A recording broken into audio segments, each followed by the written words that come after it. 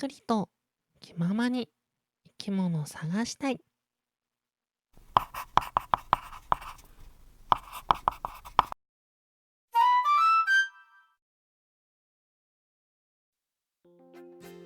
皆さんこんにちは。生き物大好きお肉 VTuber 妖怪の木漏れ日アグリです。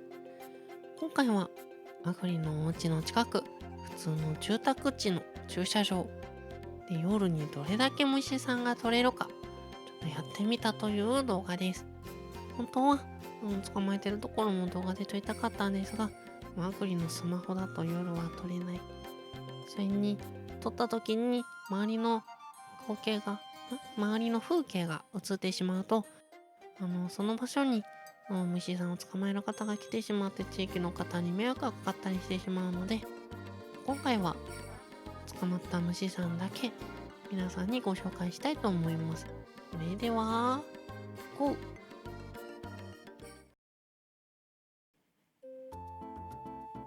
はい。ということで捕まった虫さんたちはこんな感じでした。主にコガネムシちゃんの仲間が多いですね。青銅ガネちゃん、スジコガネちゃん、あと黒コガネちゃんの仲間かな。そのあたりの子たちが捕まってます。また、アグリの大好きなコウキコガネちゃんも捕まりました。コウキコガネちゃんはですね、触覚がとても面白い形をしているんですが、わーっと開くんですよね。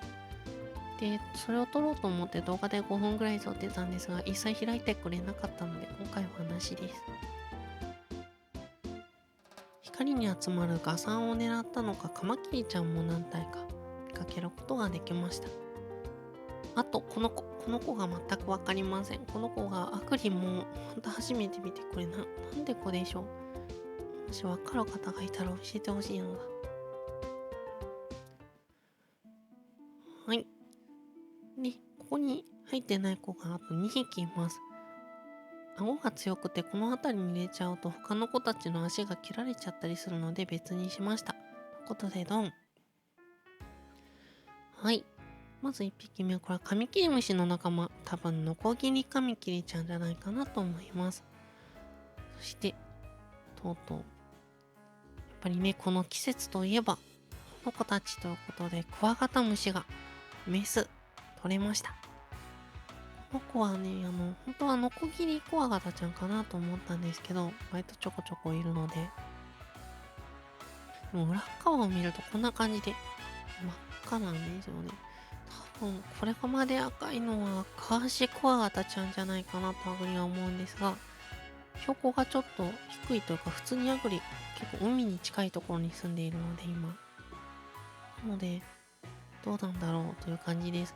カワシクワガタちゃんがね、近くには生息してるのは知ってるので、そこから飛んできたのかもしれません。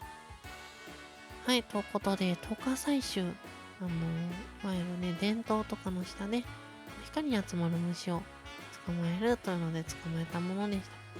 鳥取県本当に自然がすごいので、ちょっとした駐車場、普通に住宅地なんですけど、こんだけいろんな虫さんが捕まります。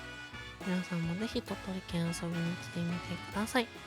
また生き物探したら動画にしたいと思いますので、ぜひぜひまた見に来てくださいなのは。それでは、皆さんに良い生き物ライフがあらんことを。